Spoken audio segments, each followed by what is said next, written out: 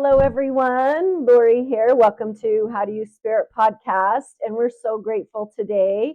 We have Paul Hutchinson with us again today. Thank you so much for joining us again. And we have a new episode. We have lots of things. I have lots of questions to ask Paul. And super excited to hear your input and some of the things you've been working on.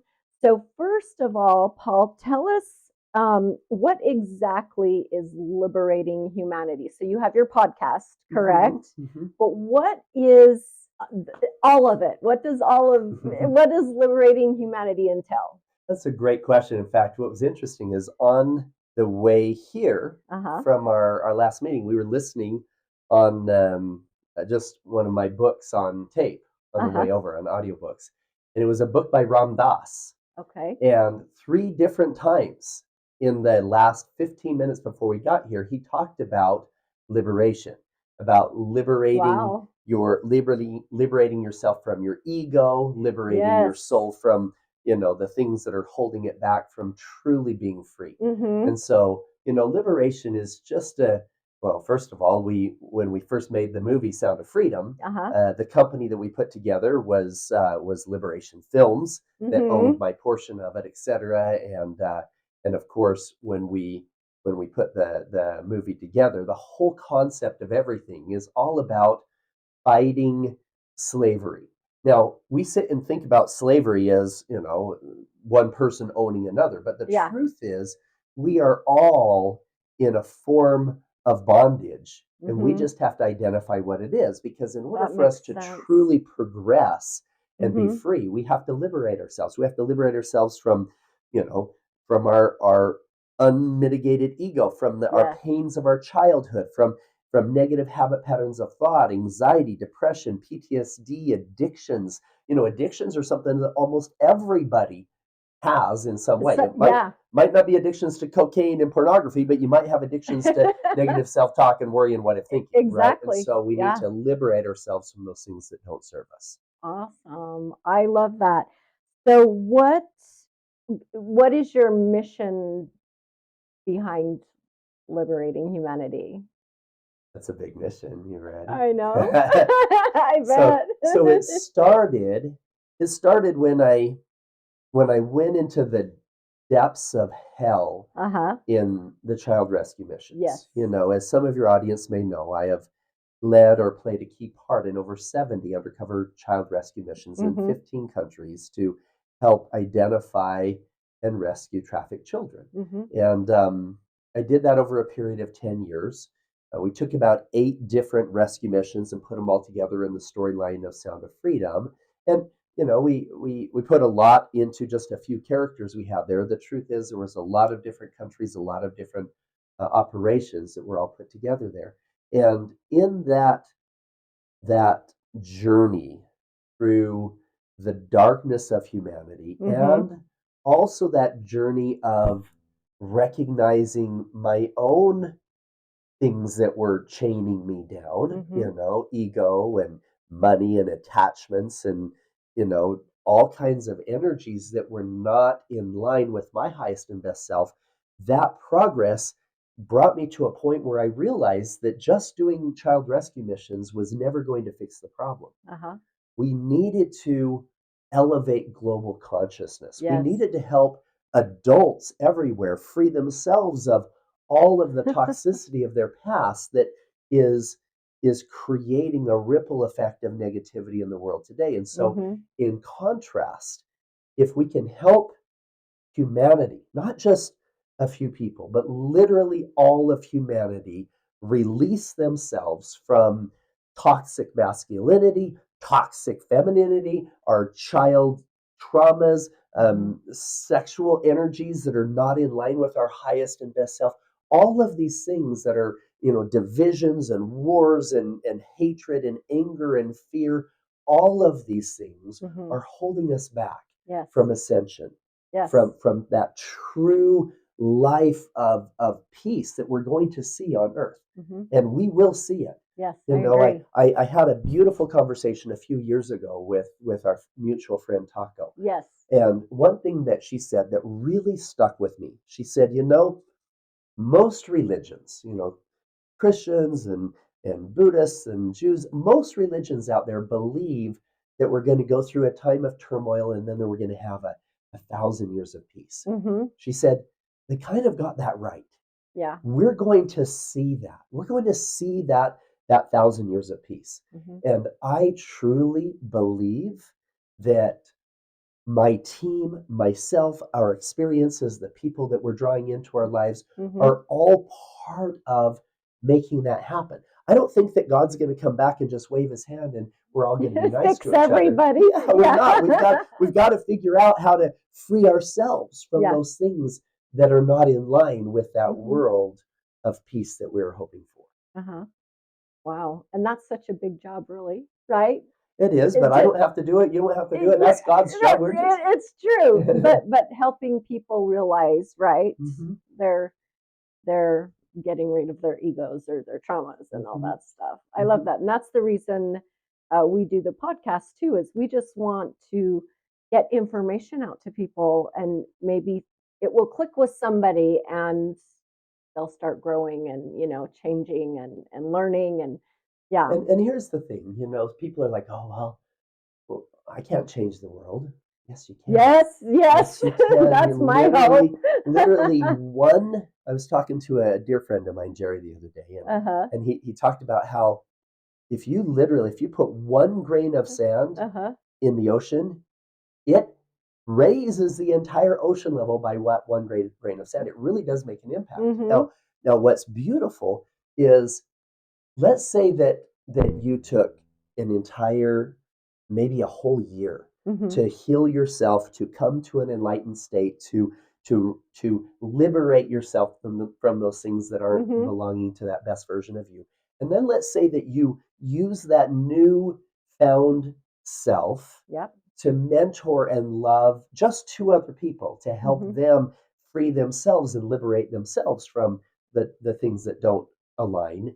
And then they've paid it forward. And let's say it took an entire year to pay that forward. An entire year. Literally, in less than 35 years from today, that number would be over 8 billion people. Wow. The entire world, all of humanity will have been liberated just because you made that choice to free yourself and then help others do the same.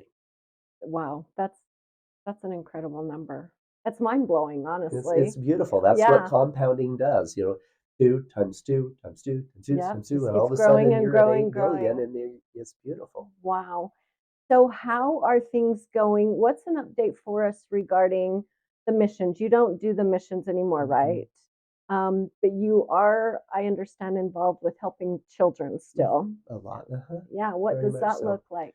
Well, we still have organizations that we support that are actively fighting that evil. We have operators, we have other organizations. We have one that we just met with last week that have teams of people who are on border crossings that are identifying children who are most likely being trafficked across those borders, et cetera. So we are teaming up with groups like that. We are helping to fund groups like that, et cetera. But within the Child Liberation Foundation itself, now that we've had global success with the Sound of Freedom movie, we have opportunities everywhere to meet with government officials in different countries to help change laws and policies in ways to keep the kids safe. I mean, I've literally been on the ground, and I know what works and I know what doesn't work when it comes to fighting trafficking.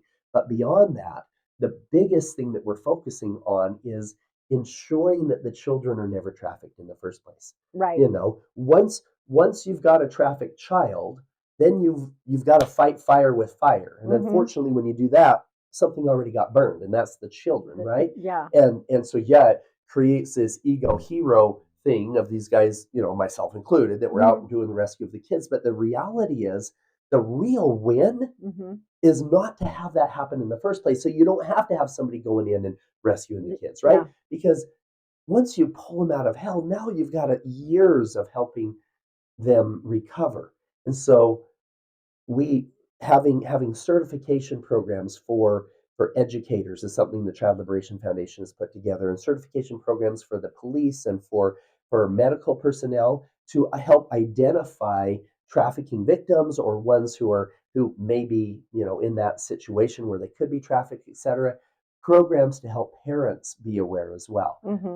I tell people all the time that so many parents will leave the movie or even read my book Sound of Freedom, and they'll be like, okay, I want to do something. I want to help rescue children. Well, the worst thing you can do is go to Mexico and try to go undercover. Right. You're going to get shot. Right. You're not coming back. Exactly. You probably get arrested too. The best thing you can do is go home and hug your children. People are like, well, how does that help? Well, if you can do things to hold your family together, that the majority of children that end up in trafficking come from broken homes and runaways and a broken foster care program. And so, yes, we need to fix those and help those kids, but internally we need to help adults heal so that we don't create so many broken families. Yeah, that makes sense. So what, and this, trying to think how to ask this question, what really drove you, like, hey, you got involved with helping, rescue the children. Yes, rescue them. What was your spiritual journey like? Like, how did you just wake up one day and how did that happen? That's a deep subject, and I'm going to go there with your group because they need to know that for some people there's different journeys and stuff, but this was incredibly transformative for me. Yes. So, my first undercover mission, seeing children being sold, changed me forever. Okay. But it wasn't a spiritual transformation.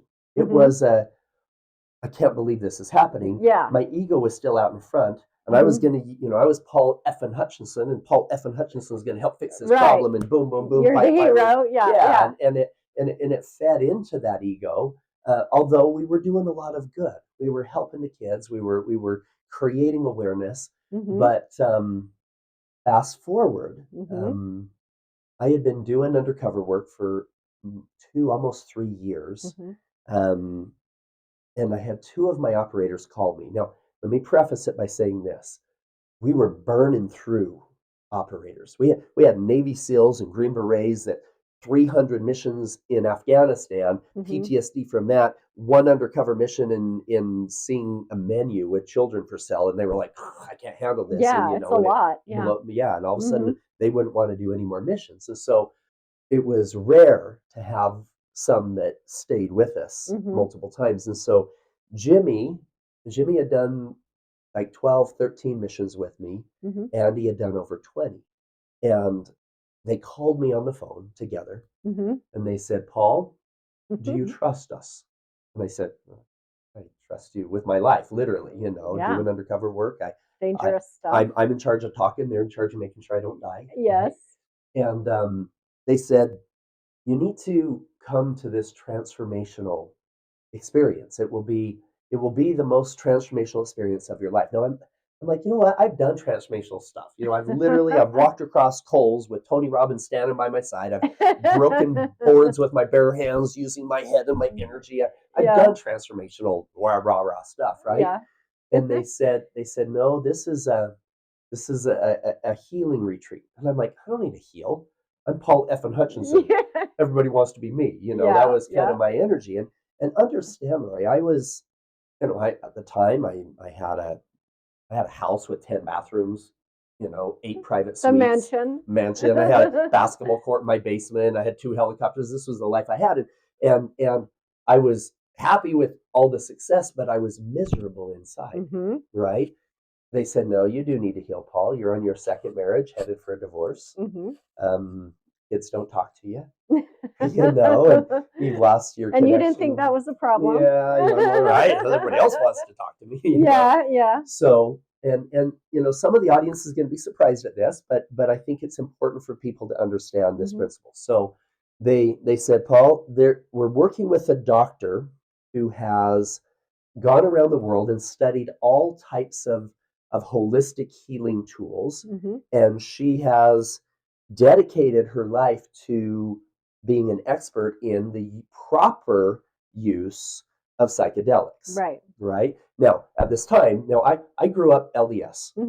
anything mind altering was completely off limits, right? No alcohol, no tobacco. I mean, no even caffeine. I mean, anything. And I said, wait a minute, psilocybin, that's as dangerous as cocaine, because at the time, even today, it's a Schedule 1 drug. Since the late 60s, you literally can go to jail just as long as if you have mushrooms in your pocket as cocaine. Yep. But they gave me this study, and I realized that psilocybin is actually safer than table sugar. There's never been a case of addiction, not one ever. There's never been a case of overdose.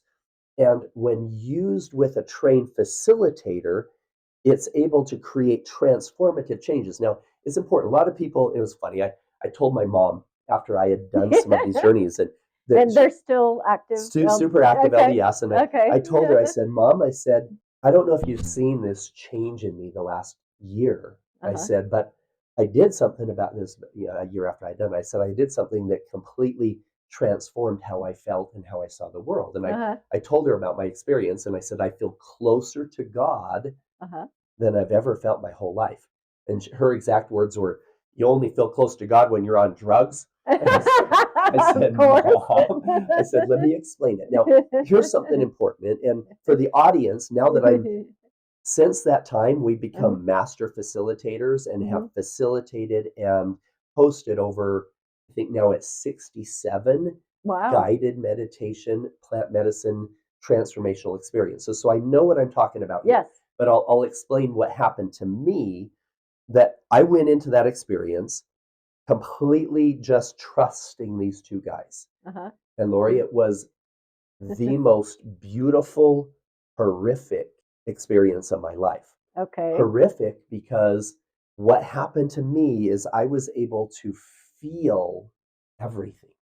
I could feel the pain that my children felt when I cheated on their mom, as if I was them, right? I could feel the pain of any employee that I spoke unkindly to, as if I was them. And then I felt the beautiful joy of the children that we helped to liberate. Right? And then I felt the pain of the family where some guy came to one of my parties and slept with the cheerleader and broke up his marriage. And I realized that the ripple effect of everything that I was doing, it was pure empathy. Pure empathy, as if I was those people. And it was so hard, and it was so difficult, and it was so liberating, and it was beautiful. It was this beautiful transformation. And then the facilitator. Now, there's something important. I am not a fan whatsoever of somebody going to a rave party and going get mushrooms. It is actually dangerous, and here's why. Yeah. When we're children, like 1, 2, up to 8 years old, our mind is in a state of neuroplasticity. We're very, very impressionable. You can learn 3 languages at the same time, right? At 3 years old. You can, at the same time that you're learning to walk and ride your bike and all this other stuff, right?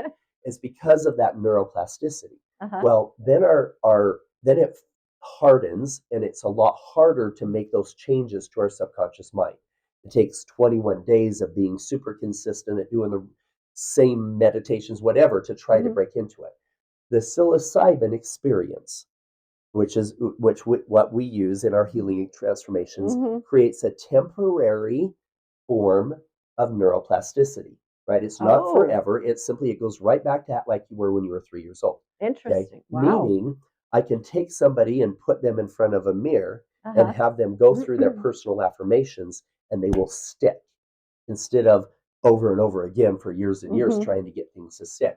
It also allows us to go in and make some real permanent changes from an emotional baggage standpoint. And for me, I remember I was in this state of neuroplasticity, right? I have a facilitator that's there, and I said to the facilitator, I talked to her about how, wow, that was so difficult, where I was feeling the pain of the people that I had hurt in my life and the joy of those who I had helped. But then I'm sitting there talking, and she had we had a couple statues in the living room. One was Zeus and Poseidon, and one was Atlas holding the world on his shoulders, right? Yeah. And I was talking to the facilitator, and I said, a lot of times I feel like Atlas. I got I've got thousands, at the time I had 4,000 employees in my company, right? I said, I have thousands of employees. I have all of this pressure, but look how strong this statue is. Yeah. God made me strong enough to handle all that weight. And she smiled patiently and she said, Paul, I admire that I acknowledge the fact that you're seeing some great strengths there. She said, but that those were mythological gods. She said, what about your relationship with him? And she pointed at the statue of Christ that I had. And my exact words to her, and I remember it clearly, I said, oh, I don't qualify for a relationship with him. And, I'm in this state of neuroplasticity, easily manipulated. And so she said, why not? I said, well, when I left the church of my youth, my bishop told me that until I was rebaptized into the church, that I wouldn't have the gift of Spirit with me. I couldn't have Christ's Spirit with me. And she said, do you really believe that's true? I said, no. When I do the undercover work, I can feel like I'm being led. I do good things. I try to help people. She said, why don't you work on that relationship? Here I'm on mushrooms. I can barely walk. I try to take down this statue. She helps me take it down. And I sit on the beanbag. Then I hold that statue for the next 2 hours and reestablished a beautiful connection. Now, there's a book called The Immortality Key. In that book, he scientifically proves that psilocybin was actually used in the sacrament in the early Christian church. Yes. Oh my gosh. Now, it's not so that they could fake people out and make them think that, whatever else. Here's what happens is the experience when we're born, we don't remember. We have this veil, right? We don't remember being brother and sister. We don't remember being with God. We literally have to, our entire life is our 5 senses. And everything beyond that is really trying to just tune into faith. Well, there are certain things that we can do to thin that veil. Prayer, meditation. The gifts that you and Taco have are that are in working on thinning that veil so that you can effectively communicate with those who have passed on, the other side, our guides, etc. Well, the psilocybin experience, guided meditation experience using it, creates a thinning of the veil in that space. And they did a study with Johns Hopkins University, had 850 self-proclaimed atheists, not agnostic. I don't know if there's a God. Atheists, there is no God, right? 850 plus self-proclaimed atheists. And after one single experience, just one day with a guided facilitated experience using psilocybin, 2/3 of them said, I am no longer an atheist. Wow. I know that there's a God. Now, that's what started breaking me free. And after that, I changed how I felt about myself, about my ego, about sex, about money, about attachments, about everything. Everything started changing for me. But fast forward, and after that point, my undercover missions changed. Instead of going in and pretending to be the wild playboy and just getting in the door that way, I have many examples after that where I would go in the undercover space and just tune in. Yes. And listen to that still small voice of truth. I think we talked a little bit that about that guided me on these missions. But then that was beautiful until I was introduced to Taco. And that's where things really started to change for me in my stepping into the highest and best version of myself. So that got the process started. It got my ego out of the way. Yes. And then after that, what you say, Taco was a big part of that. So how did that help you? How did she help you? Was it the messages she was giving you from Spirit that helped you, and did that help you connect more with Spirit? In every way. So Taco's gift, and there's a lot of people with spiritual gifts that are out there, but Taco's gift is in really helping to identify the highest and best path. The future is still unwritten. Yeah. We can be F-tards and decide to make whatever decisions we want tomorrow and go whichever direction we want. Whatever path we choose. We could completely derail our highest and best path if that's what we chose, right? But she is able to tune in to your guides and your spiritual gifts and your divine mission and help you identify your highest and best path. Yeah. You can still decide to be lazy and just say, screw it. It just doesn't get handed to you on a silver platter. You have to do the work, right? Do the work. And so, we sat down, and I remember the very first session with her. And she said, we were sitting there. She didn't know anything about my work and all this other stuff. And she said, I've been doing this for 35 years. I've never seen this. She said, she's funny. She said, you must have been drunk or high when you accepted your mission. She said, this is huge. She said, I see you're going to have a positive impact on humanity. And I'm like, I've always felt like I wanted to have a positive impact in the lives of millions of people. Right. Did you ever dream it would become reality for you? No. I mean, I was helping people. I said, I wanted to have an impact in the lives of millions of people, but I was way out there. She goes, oh no, honey, you're going to have a positive impact in the lives of billions of people. Yeah.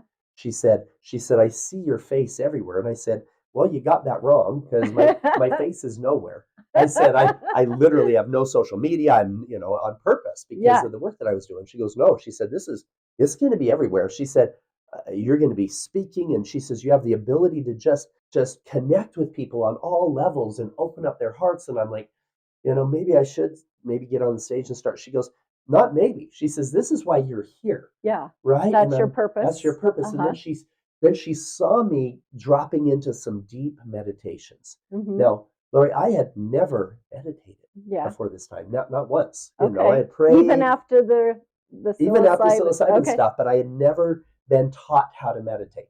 That had gotten rid of all of this toxicity of the ego and the money and the sex and all of that stuff. But I had never really tuned in to that meditative space. And she saw it. She said, I see you laying down and just going into almost a trance and being able to just download. And I'm like, that's kind of weird. I don't think so, but okay. And this was October of 2022. Okay, so not that long ago. Now, understand this. At the time, the movie Sound of Freedom was worth zero. Okay. Zero, right? We had 5 years of it being completed, no distribution whatsoever. There was no value, there was no legs, there was no anything that we could work with, right? I didn't have anything other than just, me doing submissions and whatever. I kept on listening to the recording of hers. Yep. It was 3 or 4 months later. I'm like, okay, maybe I'll lean into this. Right. Do something with it. The two things that I did, I put an eye mask and headphones and did a breath work thing and dropped into a meditation. And I realized that all I had to do was turn off my rational mind, all this chatter, and I could tap into this reservoir of knowledge and just creativity. It was super beautiful. That's amazing. So I put a little recorder on and started dropping in, getting better and better at it. And by January or February of 2023, I agreed to do my first podcast on somebody else's podcast, and it got shared tens of thousands, I think almost 100,000 times. Wow. It was just, I was like, wow. And that was the beginning. And then other people got me on. Less than 3 months after that, Angel Studios picked up the contract on Sound of Freedom, and then beautiful, and literally over 500 million total views on all of the podcasts that I have been on and all of the individual little clips, etc. just in the last year. And that's nothing about me. Now, here's the thing. I didn't want it. I told Taco right at first. I said, no. I said, can it be about the message, not the messenger? I have no desire to have, the sizzle of the rescue of the children, draw people to paulhutchinson.com. No, that's not what I wanted. I needed it to be about the saving the children, about rescuing about liberating humanity and everybody, my wife, my daughter, Taco, everybody's like, no, Paul, it needs to be you. because you've been in the pit of darkness, Yeah. because You've you've gone through that experienced. journey, Mm-hmm. right? Yeah. And so that completely changed everything. Yeah. Because now I was literally tapping in to my higher self, I love that. to spirit, Uh-huh. to source, to my guides. And when we do our 5-day fully immersive retreats in Latin America, Mm-hmm. I spend a couple hours a day, even outside of the medicine work, teaching people how to go into that deep meditation and use it to learn information, learn their highest and best path, to cut cords, to release things that don't belong to them, to create through manifestation the life that they want. That's amazing. So, is that what your speaking events are about? Well, it depends. You Okay. know, I get invited to everything from real estate conferences to high net worth events to family office conferences, Wow. young entrepreneurs, etc.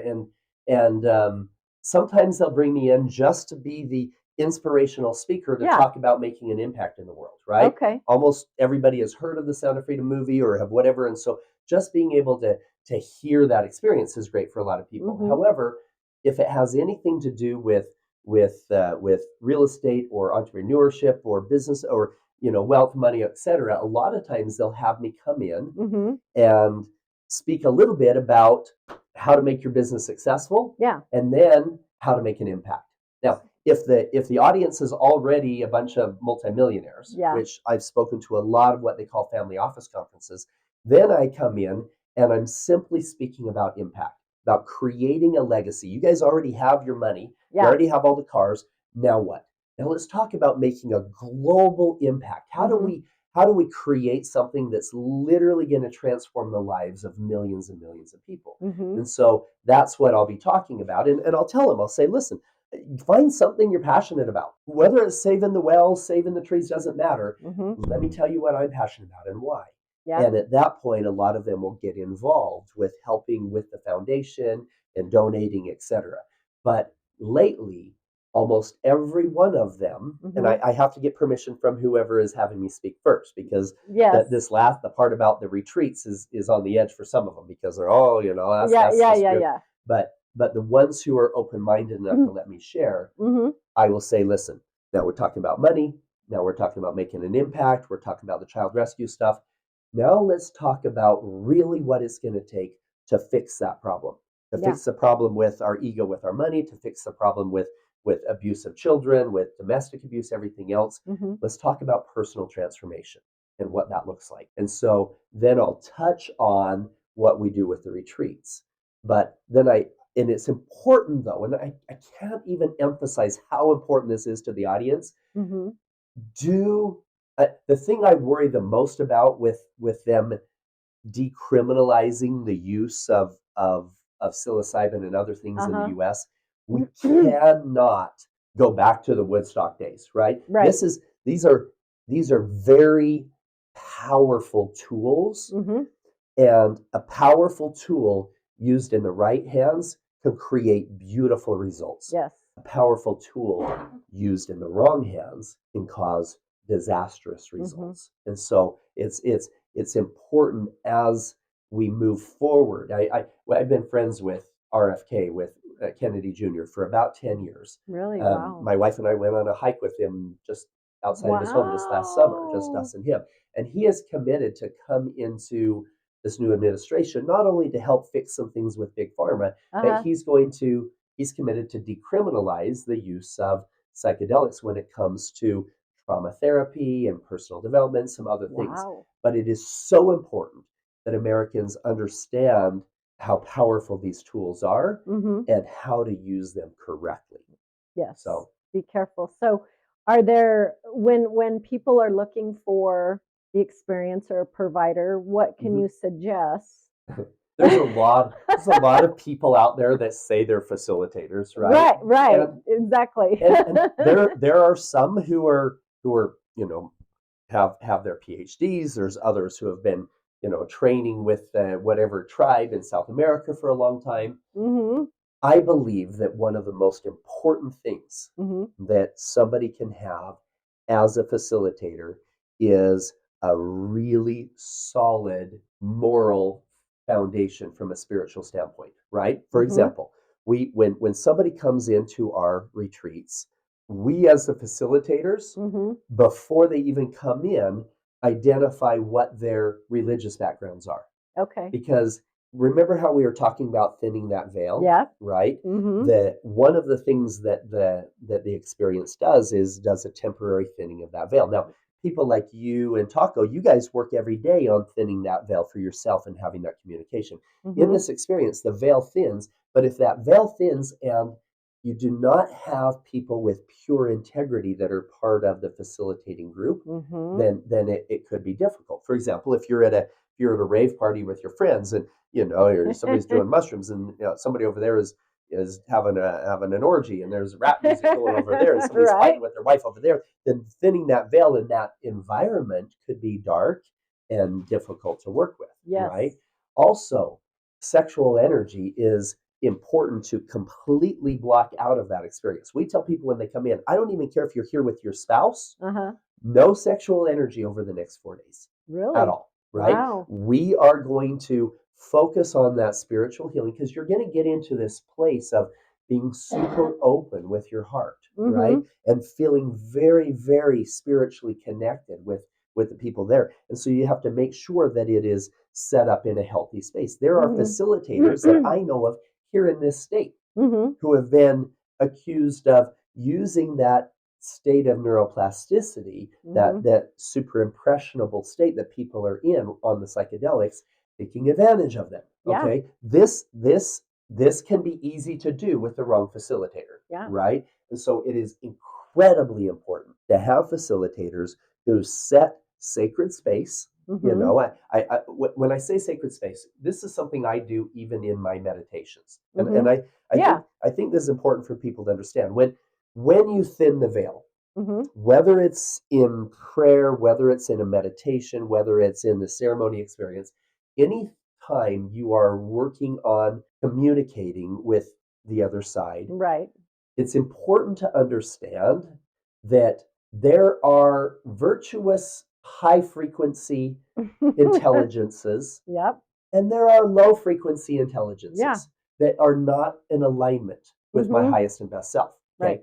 And here's the thing, if somebody is as Christian, or even the Muslims that are listening to us, anybody who believes in the Old Testament, even the Jews, etc., it talks about how 1/3 of the spirits followed Lucifer, right? Now, whether you subscribe to that or not, basically it's saying that 1/3 of the intelligences of the universe aren't aligned with my highest and best good. Right? And so if you're thinning that veil, understand that even it says in the scripture, Satan himself can appear as an angel of light, right? So how do we ensure that the information coming in is in line with my highest and best self? Because I've known mediums who have come and they've been very, very accurate in saying, hey, Paul, I know what happened to you when you were 5 years old, and let me tell you about your grandpa. And boom, boom, boom. And what they're doing is they're gaining trust with me. Right? Now, do non-virtuous entities, do low frequency entities, do they know what happened to my grandpa? Absolutely. They know as much. So just because they know something doesn't give them credibility as being a spiritual teacher to me, right? And so you have to be super careful in making sure that the person that you're working with is a person who is aligned with the creator, God, source, your highest and best self, and not just trying to guide you, because deception. Satan was not the great fornicator. He wasn't the great murderer. He was the great deceiver, right? And so it's so important when you're going into the spiritual realm that you protect yourself from deception. Absolutely. So what I do personally, before each one of the ceremonies, with each one of the facilitators, with each one of the participants, and every single time that I meditate, I say the words, I ask and intend to set sacred space wherein only information that is aligned with my highest and best self, my divine mission, is allowed to enter. Even when I'm in a communication, a reading with a medium, etc., I ask I set You those. protect yourself. Yeah, I can set those boundaries myself by my words and Yep. my. It's a spiritual world in which our words carry power, and so your faith combined with those words can truly set that sacred space. And then if something comes into that sacred space that is not in alignment, you can detect what it is, but you don't have to let it affect you. This is one of the things that I had to do after I came into my spiritual enlightenment, but I was still doing undercover work. Yeah. I had to protect that inner light. I had to, in fact, for one year, I was for Halloween. I was an angel in devil's clothing, right? I dressed in pure white, had the lights and the wings and stuff, and then I put this black cape on and this big thing over the top because that's what I had to do undercover. I had to look like that, but inside I had to protect the light, right? Yeah. And so it's so important that as we're in the world, we're not of the world, meaning we can protect our inner light. We can deal with F-tards every day if that's what we have to, but we don't have to allow their energy to pull down our frequency. We can set those boundaries on ourselves, especially when you're going into that meditative space, especially when you're going into any kind of a plant medicine ceremony experience. You have to make sure that the people that are there are facilitators who are truly in line with your highest and best version of yourself so that you can create that journey ahead. That makes sense. Thank you. Question for you. If you're someone who's looking to find a facilitator, looking to find a medicine journey, can you break down what steps they would take and how they can kind of navigate that and what they could expect from like their first kind of time going and give them kind of a basic of what it's there to do, and are there different levels? I know there's different medicines that people do journeys on. Yes. Are there different levels of that? Are there different medications? Like, if it was someone who has never drank or gotten high before, is it something that where you want to just start out with a few truths, right? Or is it something you want to start out with, a different form of medicine, and kind of is there levels to it? Does that make sense? That's a great question. So, do you want to ask that to me, or should we just? No, go ahead. We can hear Taco. Awesome. Taco's behind the scenes. She's my hero. I love her. So, the answer, if you guys didn't hear that, she was asking how to go down the steps of finding a good facilitator, number one, and understanding the different types of medicine, the different types of experiences. So a lot of people have heard of things like ayahuasca, right? Yep. Or San Pedro or iboga or psilocybin or ketamine. Okay. So I'll explain on a high level the difference between them, what the experiences are, what to expect, and then how to go about finding a facilitator. So so first of all, right now, all of them are illegal in the United States except for ketamine. Now, my personal opinion on why it's legal is because it's the only one that Big Pharma can control and make money off of, right? It's also the only one that's addictive. Yeah. Ding, ding, ding. Oh, really? Yes. And so I've had multiple people who have had hardcore addictions to ketamine. Now, the ketamine experience, because it's synthetic. All of the other ones are natural. Right. Okay. Ketamine is synthetic. It's controlled and created by Big Pharma. It is administered by a doctor. I have experienced ketamine. I've experienced all of these so that I can know the difference, so I can in a very intelligent way explain the difference between all of them. Okay. Ketamine in smaller doses is very effective with disassociating people from their pain, their emotional pain, etc. Here's the problem. A lot of anxiety and depression medication, that's all they're doing anyway. They're just masking the symptoms. Disassociation doesn't fix anything. Right? Somehow we need to get down to the roots of the problem and help people create real permanent change. But there are people who've had there's a lot of success, and it's a step in the right direction because it's helping the medical people understand, hey, there are some benefits from the psychedelic experience. Fully legalizing using something you can grow in your backyard that can literally cost Big Pharma billions and billions of dollars is a big step. Yeah. Okay. That's where things like psilocybin come into place. Now, there's about 180 different strains of mushrooms that are Wow. all psychedelic mushrooms, about 180 of them. Okay. I haven't tried all 180. That's a lot. But Right?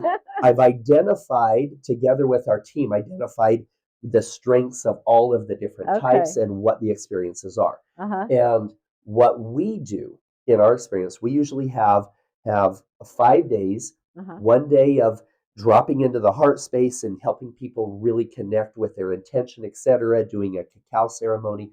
The next day is the psilocybin experience Mm-hmm. that we teach meditation, we teach breath work, and about 2 p.m, we give them a little chocolate bar. Yeah. This chocolate bar has the psilocybin. The first day of psilocybin is a strain that's very specifically designed to help break free of habits, break free of negative habit patterns of thought, break free of childhood trauma, anything that you want to release. Okay. Day one for us is all about breaking it up and releasing, up and releasing. And sometimes for some people that's harder, especially if they're dealing with some childhood trauma or some generational trauma or some heavy memories and stuff. It's a little bit difficult, but we also will have 5 to 7 facilitators for between 10 to 20 people. Okay. There are groups you can go down South America. You would literally have one facilitator with 20 for all people. those people? Yeah. And it's because they're thinking, oh, the medicine's going to do all of it. In some cases, yes, the medicine helps, but the most important things that you can do as you're coming into it, if your facilitator's not doing this, do it yourself, is get really clear on your intention. Because the difference between, especially when it comes to the psilocybin, in a psilocybin journey, you and your facilitator are driving, right? So we would curate an experience. You would say, okay, Paul, this happened to me when I was 7, and that was still kind of hard. And my dad said this when I was 8, and this guy beat me up at this time, or whatever. And man, my ex-husband, and all this energy stuff. Okay, these are what we want to release. And now, what do we want to embrace? What's that highest and best version of you? And then in the psilocybin experience, it's kind of directed in that dance. Yeah. Right? Ayahuasca, on the other hand, it's a beautiful, powerful tool, but instead of me and you driving, your grandmother's driving. Now, she's a good driver, but she's not going to take any shit from you. Right? This is why ayahuasca is really powerful when it comes to breaking free of hardcore addictions. Like, even things like, we have 2 doctors in Peru that have over an 85% success rate in helping people break free of cocaine, heroin, and meth addictions with no side effects and no withdrawals. Now, that's wow. Now, that's not it takes them like 2 or 3 weeks of 2 days on and 1 day off, and then 2 days on and then 3 days off doing this ayahuasca. But what happens is and a lot of people are like, oh, do you throw up in ayahuasca? Yes, you do. But here's why. What will happen is grandmother Aya will say, okay, we're gonna talk about that thing you're addicted to. You're addicted to that pornography. You're just rolling in there. And grandma says, okay, you ready to get rid of this shit? We're getting rid of this shit, right? And she's taking you emotionally and physically and everything else and put it right here, and you've got your throw up bucket, and it all comes out. And it comes out. Wow. And then she's like, did we get it all? Is there still some addictions in there?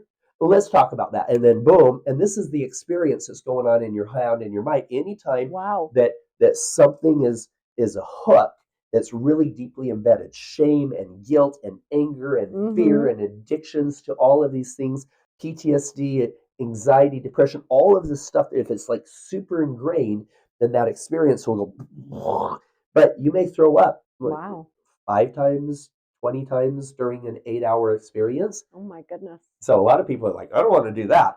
And that's why we don't bring people in to an ayahuasca ceremony, their first experience. People who go to Aya for their first psychedelic experience, most of them on a scale from 1 to 10 is close to a 4 or 5 on what they expected, right? It wasn't the 10 that they were hoping. However, I would dare say 99% of the people that I have spoken to over the last 2 years that have come to one of our 5-day psilocybin experiences say that was the most transformational experience in my last 10 years of my life, if not my life. Wow. Which is super powerful. That's incredible. So that's a 10 out of 10. Now, the difference is the psilocybin, you may have 1 in 20 people that throw up. Uh-huh. I do. I still do. Yeah. Anytime where and it's just because that's how my body works, especially if I'm, as a facilitator, I'm helping somebody work through something, right? We're talking through their childhood trauma and their dad doing some things and they're releasing that energy. I help them work through that process so that it's no longer chaining them down. Once I've worked it through, I excuse myself and I release the energy. It's how I make sure that I'm a conduit rather than a sponge for that negative energy. So I consciously make the choice, but most people don't throw up during the psilocybin. You know, if you do, that's okay, but it's usually only once during the experience. But about 6 hours into it, you're coming back out of that experience.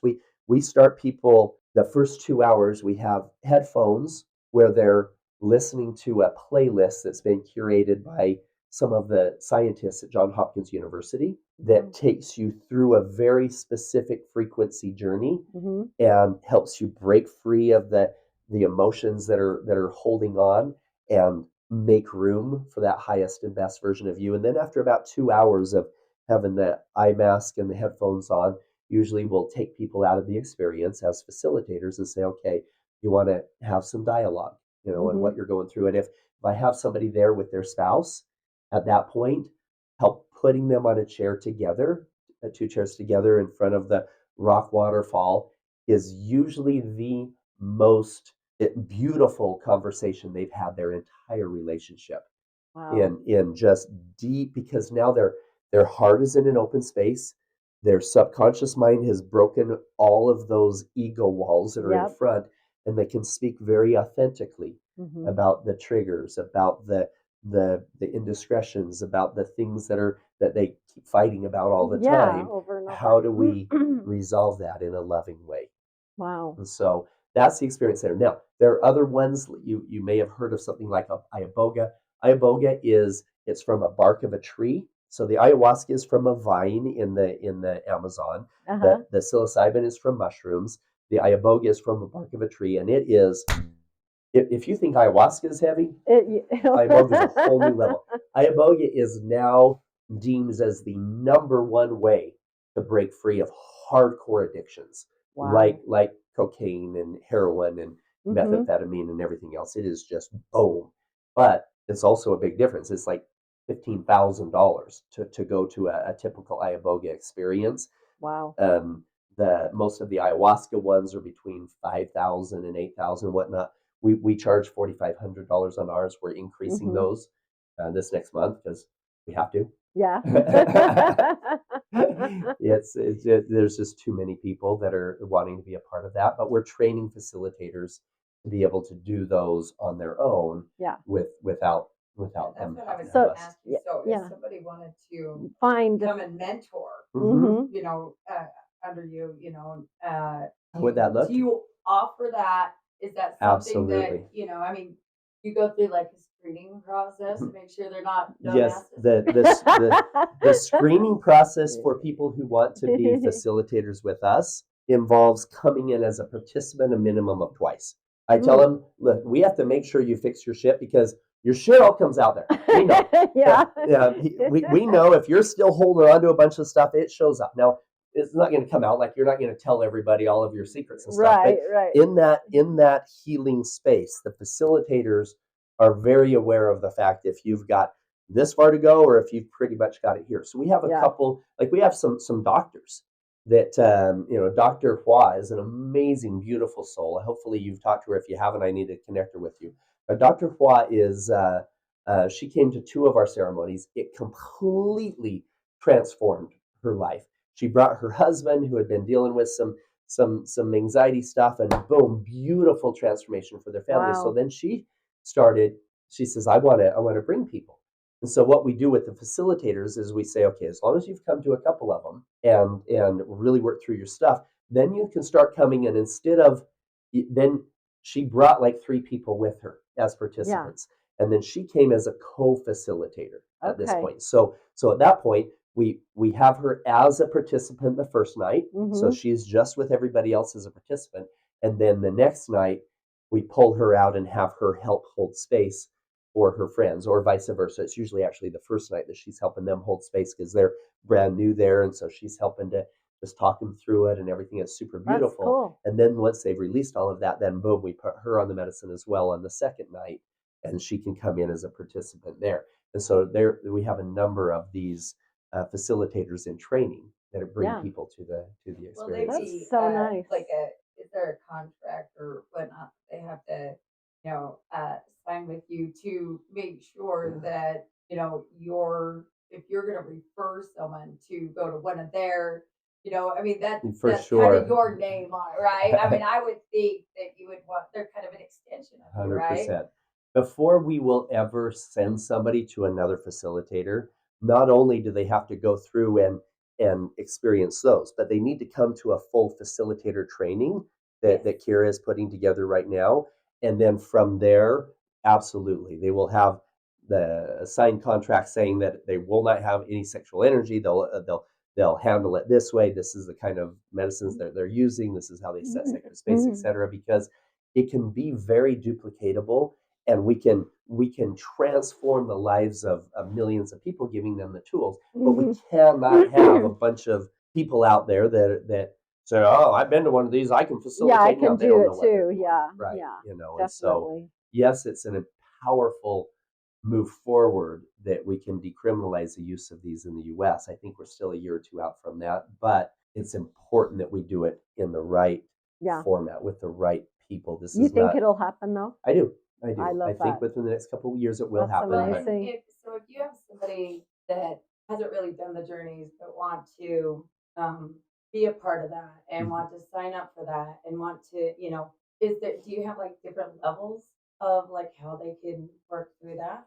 If people can go on to Liberating Humanity and learn some stuff there, if somebody wants to just learn breath work or just learn meditation stuff, you can do a lot of those things that can get you a lot of the way there. And but to do a full retreat experience, in the beginning we used to just do them just one night. We get not just double done with the 2 nights in a row, but it's about a 5x. And then with the 2 nights in a row and in a different location, down in South America, and the integration that's part of it, it's easily a 10x what our experiences were where we used to do them with just one night. I feel like it's better to do just more than the one. So I just say, this is what it is, and if you need some easier stuff to work with, hey, there's meditation things and breath work, etc. Yeah. So how do they get in contact with you they can go to liberatinghumanity.com. Okay. And there's all kinds of stuff on Liberating Humanity. There's stuff about protecting your kids, there's about educating, there's about healing, and just click on the healing side. You can get some information on the retreats. Awesome. And come and join us. We've got some beautiful, beautiful ones that are coming up in the very near future. I love that. Sounds like you're doing lots of wonderful, amazing things. Life is beautiful. It's I love that. And if people have places they want me to speak, I'd love to speak as well.